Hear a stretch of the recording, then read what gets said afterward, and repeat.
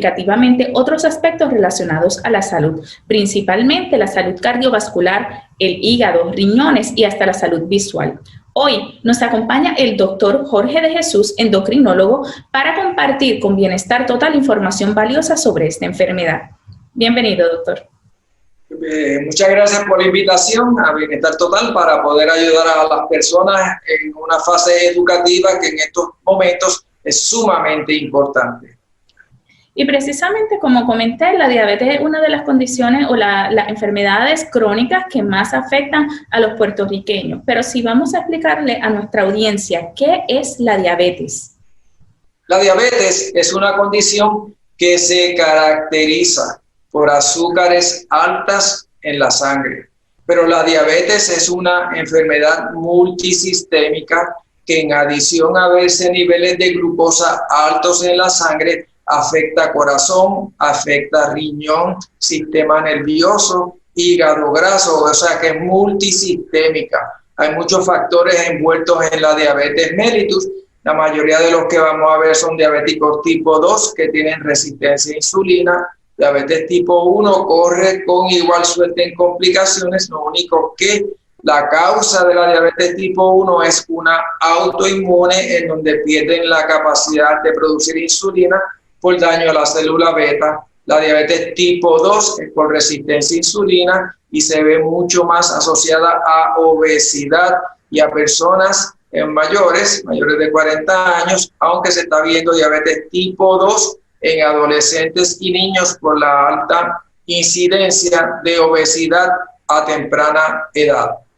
Y precisamente muchas personas tienden a ver la diabetes como una condición que se relaciona solo al consumo excesivo de azúcares. Pero no es la única causa de esta enfermedad. ¿Cuáles serían otros factores de riesgo para el paciente, ¿verdad?, que presente esta condición? Esa es una excelente pregunta porque hay muchas personas que me dicen, doctor, yo soy diabético, pero yo no como dulces. Pues como dije anteriormente, la diabetes, vamos a empezar con diabetes tipo 2, multifactorial, obesidad, raza como la nuestra, el puertorriqueño, que tiene más incidencia de diabetes, historial familiar, vida sedentaria, dietas altas en carbohidratos, grasas que promuevan obesidad central. Siempre que una persona tenga, mujer, más de 35 pulgadas de cintura y el varón tenga más de 40 pulgadas de cintura, ya ese paciente está en riesgo de diabetes tipo 2. Mujeres que han tenido diabetes gestacional o niños de más de 9 libras son personas que van a estar, las mujeres están a más alto riesgo de desarrollo de diabetes tipo 2, principalmente 10 años después de haber dado a luz. Así que tenemos raza, tenemos genética, tenemos historial familiar, tenemos problemas de ambiente, sedentarismo, problemas con la dieta, o sea que es multifactorial el hecho de que veamos esta alta prevalencia de diabetes, que en Puerto Rico está como un 17%, casi todos diabéticos tipo 2. Menciona lo que es la diabetes gestacional, que ocurre durante el embarazo, pero pregunto, ¿la paciente que presenta diabetes gestacional quiere decir que una vez dé a luz a sus hijos, porque ¿verdad?, pueden ser más de uno embarazo, ¿no?, que presente la condición, quiere decir que va a tener diabetes en adelante o solamente se trata de ese periodo de su vida? Diabetes gestacional se define como la mujer que no era diabética antes de salir embarazada y como efecto de la resistencia a la insulina que ocurre durante el embarazo, desarrolla diabetes durante el embarazo. En la gran mayoría, los azúcares o la glucosa vuelve a la normalidad después de dar a luz, pero el 50% de estas mujeres que tuvieron diabetes durante el embarazo van a ser entonces diabéticas a 10 años plazo. O sea que ellas vuelven a la normalidad por un tiempo aproximadamente de 10 años y a 10 años plazo el 50% de esas mujeres desarrollan diabetes tipo 2. Pero sí, está definido como es la diabetes que ocurre con relación al embarazo y que vuelve a la normalidad después de dar a luz la mujer. Esto quiere decir que las pacientes que presenten diabetes gestacional tienen que luego del embarazo ser mucho más cuidadosos y rigurosos con su estilo de vida para evitar caer en lo que sería la diabetes y sus consecuencias. Y en todos los historiales que se hacen a las mujeres que vienen con diabetes tipo 2, siempre le preguntamos cuánto pesaron sus hijos, si tuvo diabetes gestacional, hijos que pesen más de 9 libras, pues ya eso es indicativo de que había problemas de glucosa en ese embarazo, historial familiar también, y por supuesto el historial de obesidad, ¿verdad? La mujer que da a luz diabética gestacional y no sigue dieta y sigue obesa, pues esa tiene más riesgos todavía. ¿Qué síntomas en particulares presentan las personas prediabéticas o diabéticas? La mayoría no tienen ningún tipo de síntoma. Los típicos síntomas que se describen, porque fíjate que la palabra diabetes mellitus quería decir en el antiguo griego que estas personas orinaban mucho, dulce como la miel. Así que orinar mucho, beber mucha agua, perder peso, son los síntomas clásicos del diabético descontrolado. Pero antes de que el paciente esté descontrolado, pasa por un periodo de prediabetes en donde sus azúcares no están marcadamente elevadas y lo que tienen es pues el asomo de glucosa elevada, pero no a nivel de diabetes. Y estos pacientes usualmente no tienen síntomas.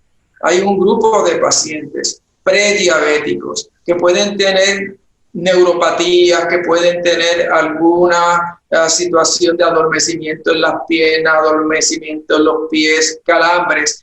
Y se ha documentado que estas complicaciones pueden verse durante el periodo de prediabetes. En la prediabetes también vemos obesidad, alta presión, problemas de lípidos. Siempre que uno ve a un paciente obeso con colesterol, triglicéridos altos, alta presión, ya esos son 3 factores que identifican al prediabético o al paciente que tiene síndrome metabólico, pero la gran mayoría no tienen síntomas en lo absoluto. Por eso es que hay que velarlos. Usualmente el paciente ya cuando desarrolla diabetes lleva 10 o 15 años en prediabetes y su sistema cardiovascular ya se está dañando en ese periodo de prediabetes. Una vez el paciente empieza a desarrollar glucosas elevadas, es que entonces puede verse esa sensación de querer beber mucha agua, orinar mucho, pero ya estos son síntomas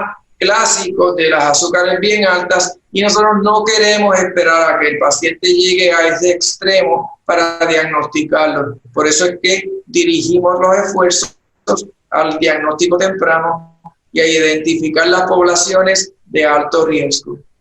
Y precisamente le iba a preguntar cuáles son las preocupaciones mayores que tienen con los pacientes diabéticos, pero ya me mencionó, ¿verdad?, que en la medida en que pues ya han pasado por el proceso de la prediabetes, comienzan ya a tener otros problemas, pero entonces en ese sentido, ¿cuáles son los peligros más frecuentes con estos pacientes que ya han pasado por el periodo de prediabetes y ya se encuentran en una diabetes que ya están afectando sus órganos, ¿no?, y el sistema en general?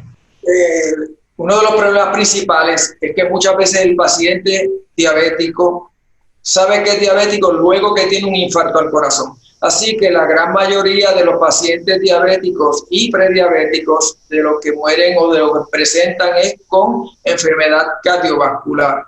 Gracias a los nuevos avances, esto se ha minimizado bastante, pero todavía sigue siendo una causa grande de mortalidad y morbilidad en el paciente diabético y prediabético, que a veces en las salas del hospital cardiovascular, pues muchos de estos pacientes que han tenido infartos, pues son prediabéticos o diabéticos. Otra complicación de mucho significado y que no ha bajado tanto como lo de la cardiovascular es el paciente con enfermedad renal.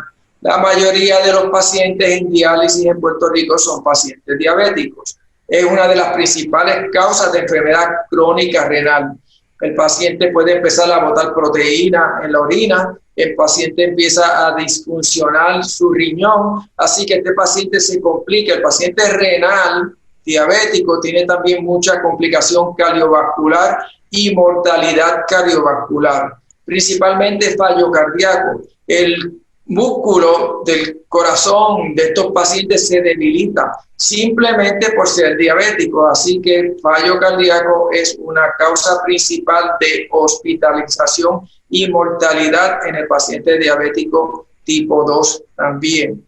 Retina, paciente va a tener ceguera, muchos pacientes con ceguera es por diabetes, retinopatía, glaucoma, muchos pacientes que tienen amputaciones en las extremidades inferiores, porque se altera la vascularidad, tenemos poca vascularidad, poca circulación, así que hay muchos pacientes diabéticos, principalmente tipo 2, que las principales de amputación es por diabetes tipo 2. Y sabemos que la diabetes, a la que llaman, ¿verdad?, la asesina silenciosa, afecta a estos otros órganos que usted bien dice, pero aproximadamente ¿qué tiempo puede tomar una diabetes en traducirse en estos problemas crónicos a la salud y afectar tanto los riñones como el sistema cardiovascular que menciona, incluso la visión?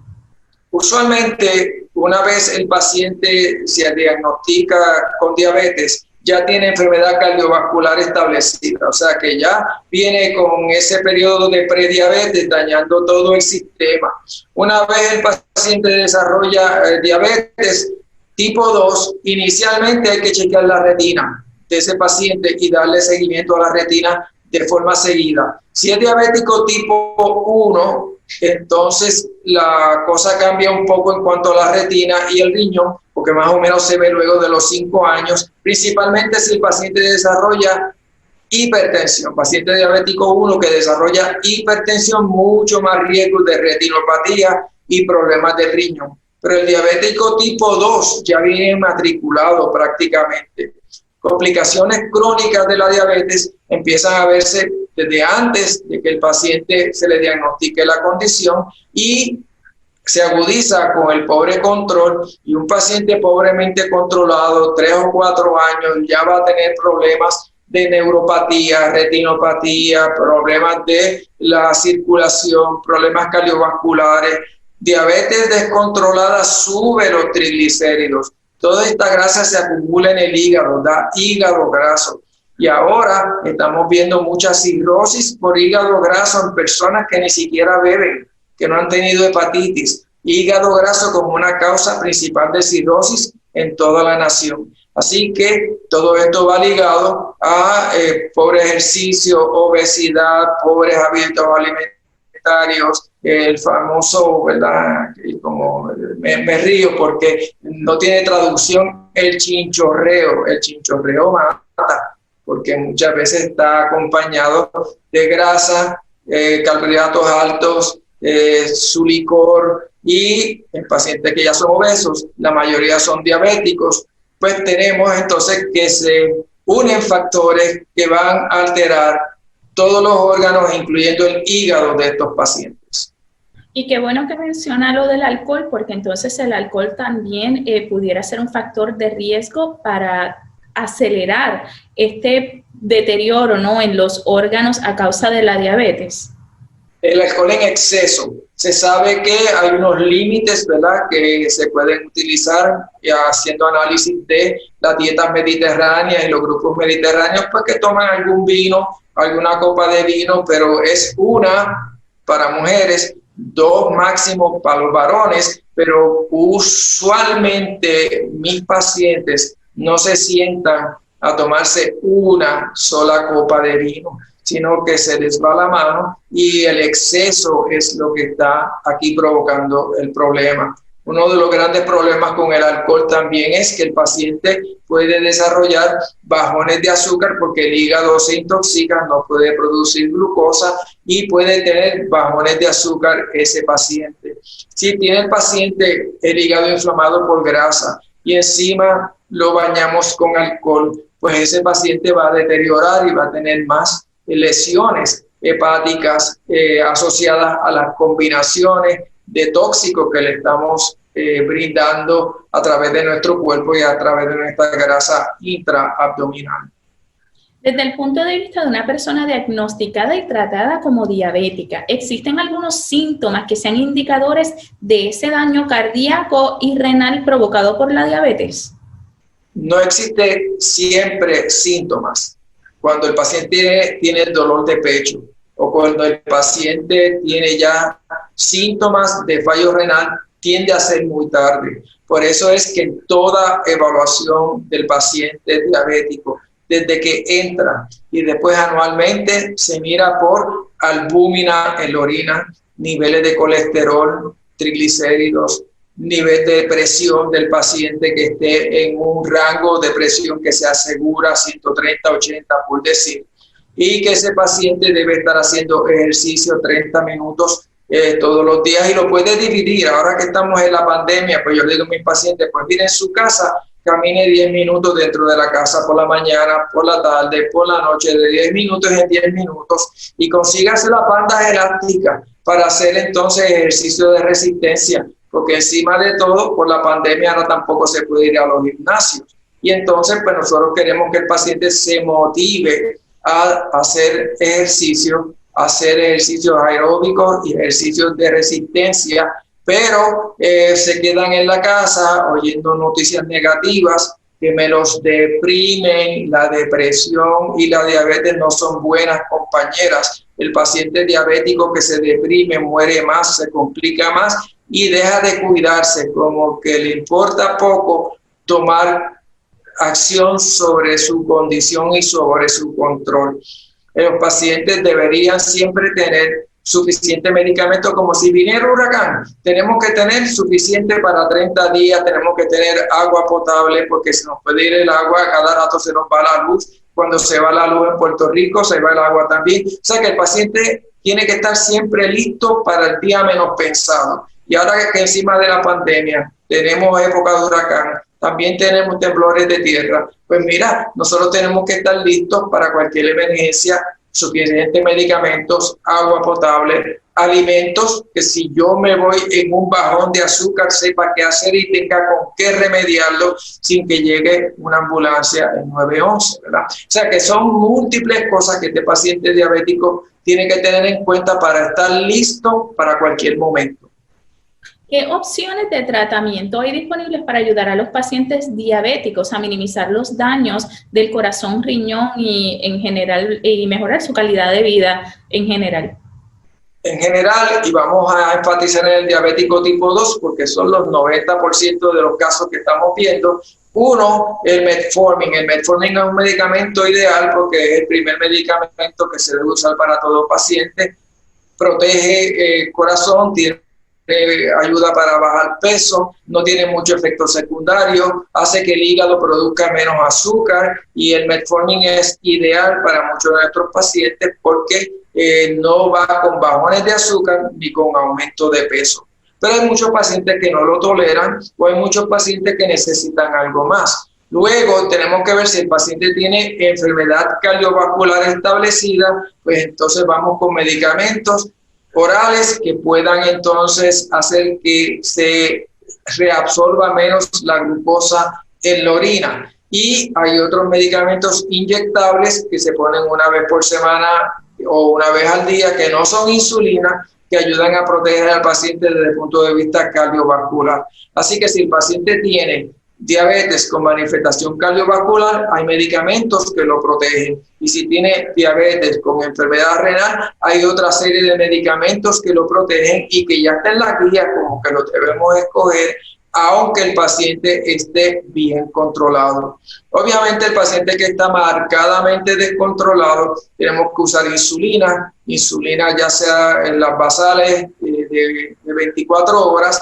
Ya salió una insulina semanal que cuando se compara con la insulina diaria basal quiere decir que dura 24 horas una sola inyección. Esta insulina semanal tiene un perfil muy similar, así que debe ser una muy buena noticia para los pacientes que tienen que inyectarse diariamente, saber que va a venir pronto al mercado una insulina que se administra de forma semanal. No tenemos que enfatizar mucho que el control de las azúcares es bien importante, porque se sabe que mantener una glucosilada de menos de 7 va a disminuir muchas de todas estas complicaciones. Estoy hablando, ¿verdad?, que una vez el paciente tiene su control de las azúcares en una glucosilada menos de 7, evitemos bajones de azúcar. Si tiene complicaciones cardiovasculares, hay medicamentos que mejoran estas complicaciones cardiovasculares. Y si tiene complicaciones renales, hay medicamentos que se añaden no solamente para el control del azúcar, sino para minimizar la complicación y progresión de la enfermedad renal. O sea que en diabetes tenemos mucho nuevo. Estuvimos 20 años con 2 pastillitas, ahora tenemos un armamentario de artillería pesada que podemos ayudar a esos pacientes de múltiples formas. Y ciertamente toda esta línea de tratamientos que hay disponible actualmente en el mercado son para beneficio de esos pacientes que puedan aprender a vivir bien con la condición y, dentro de todo, vivir saludable. Pero lo ideal sigue siendo prevenir caer en prediabetes o diabetes, ¿correcto? Definitivamente, en estudios que se han llevado a cabo, dieta y ejercicio pudieron prevenir diabetes tipo 2 en un 51% de los casos. O sea que si los pacientes me bajan quizás 10 libritas, todo esto desaparece. Así que es lo más difícil porque hay que bregar con conducta humana cuando uno quiere hacer modificaciones de dieta. Somos animales de costumbre. Aquí, tradicionalmente, en el pasado, ver a alguien flaco, como decían, era motivo de preocupación. La persona que estaba, como decían, gorda y colorada, pues ese era el que estaba bien. Y ver los niños querúbricos, obesos, era bien bonito para las abuelitas y para los padres ver niños que ellos creían que eran saludables, pero ya sabemos que la obesidad en niños también perjudica y estamos viendo mucha diabetes tipo 2 en niños y adolescentes y eso preocupa, porque a 10 años plazo ya tenemos un desastre. Y precisamente nuestra cultura es difícil, ¿no? Vivir sin el arroz, sin esos gustitos, como menciona la grasa. ¿Qué sugerencia de dieta y estilo de vida podría dar tanto a la comunidad en general como a esos pacientes que ya tienen un diagnóstico de prediabetes o de diabetes actualmente? Pues fíjate, a mí me resulta mucho el método del plato. En el método del plato es una forma gráfica de mostrarle al paciente que esa mitad del plato debe verse verde, ¿verdad? Y aquí pues somos muy inclinados a las dietas mediterráneas. Cuando nosotros vemos estas ensaladas de múltiples colores que tienen los rojos, los verdes y los pepinillos, o sea, que son típicas del Mediterráneo, al puertorriqueño tiende a traerle mucho ese tipo de ensalada con un poquito de aderezo, con vinagre o con limón. Eso atrae mucho, así que yo trato de enfatizar dietas mediterráneas, el método del plato, la mitad del plato entonces verde y la porción de arroz o carbohidratos que no pase de ser media taza, y aquí yo le enseño a medir con el puño de la mano, que esa es la media taza. Luego la carne con la palma de la mano, la carne magra, pollo, pavo, pescado, para que puedan ellos medir fácilmente, porque uno no anda con balanzas y pesas y medidas. Uno anda, y cuando uno selecciona, pues uno tiene de frente pues sus manos, tiene su vista y tiene entonces un ejemplo de lo que es el método del plato. Bajar las azúcares refinadas. Aquí se piensa mucho que el zumo de la naranja es igual que comer la fruta fresca. No es lo mismo yo comerme una china que hacer jugo de china o zumo de naranja. Cuando nosotros hacemos el jugo, aquí estamos bebiendo entonces agua con azúcar. Cuando estamos comiendo la fruta entera, estamos añadiendo entonces la fibra y otros componentes de la fruta que hacen que las azúcares que tiene la fruta pues se absorban más lentamente. Fibra, aumentar la fibra en la dieta, aumentar los cereales en la dieta, caminar, hacer ejercicio. cuando tengamos hambre, que queramos picar algo, pues mira, cómase una manzana, un melocotón son 35 calorías, pique una zanahoria. Los pacientes están tomando conciencia de que hacer entremeses con vegetales les viene muy bien y son muy aceptados. Yo creo que casi en todas las fiestas ya uno ve una bandeja de vegetales para que la persona coma entremeses en forma de vegetales. Y agua, hidrátese bien más en esta época. En esta época calurosa, la hidratación es sumamente importante. No, y que ya estamos próximos para las fiestas, que también esos banquetes familiares pueden afectar en gran medida o precipitar un padecimiento de diabetes. Sí, pero sabemos que estamos ansiosos por volver a vivir la Navidad, pero este año va a ser difícil. Pero, como muy bien dices, siempre hay excusa para comerse el arroz con dulce, el tembleque y todos estos postres que son riquísimos y a mí me encantan. Pero entonces, si la tentación es muy grande, que la porción sea bien pequeña y que si tenemos deseo, como digo yo, de pecar, pues que después tengamos el arrepentimiento, ¿verdad? Que no combinemos el arroz con gandules, con el lechón asado, con las morcillas, con el pastel en el mismo plato y terminemos luego con un plato de arroz con dulce, más tembleque, más coquito, que aquí pues es casi tradicional no tener una Navidad sin coquito. Pero con la pandemia esto quizás sea un poquito diferente este año, desgraciadamente. Bueno, para las personas que nos están sintonizando y que quieran obtener más información, ya sea sobre la diabetes o otras condiciones, ¿verdad?, que afecten el sistema endocrino y en general del cuerpo, ¿a dónde pueden comunicarse o dónde pueden tener acceso para esa información? Un área de buen acceso para información al público es a través del portal de la Sociedad Puertorriqueña de Endocrinología y Diabetología, spedpr.com, Sociedad Puertorriqueña de Endocrinología y Diabetología. Ahí hay conferencias escritas para el diabético en tiempos de desastre, la dieta de Navidad, qué hacer, cuándo y cómo nos podemos comportar ante un terremoto. Todas estas ideas sobre cómo minimizar enfermedad cardiovascular, cómo bajar colesterol. Toda esa información está muy bien organizada en el portal de la Sociedad Puertorriqueña de Endocrinología y Diabetología, y hay un portal específicamente para educación a pacientes que pueden accesarlo y lo tienen disponible 24/7. Doctor de Jesús, agradecemos mucho su tiempo y su disponibilidad y el habernos acompañado en esta ocasión. Le exhortamos a nuestros seguidores a que sigan compartiendo el contenido disponible a través de nuestras plataformas sociales Bienestar Total y será hasta la próxima.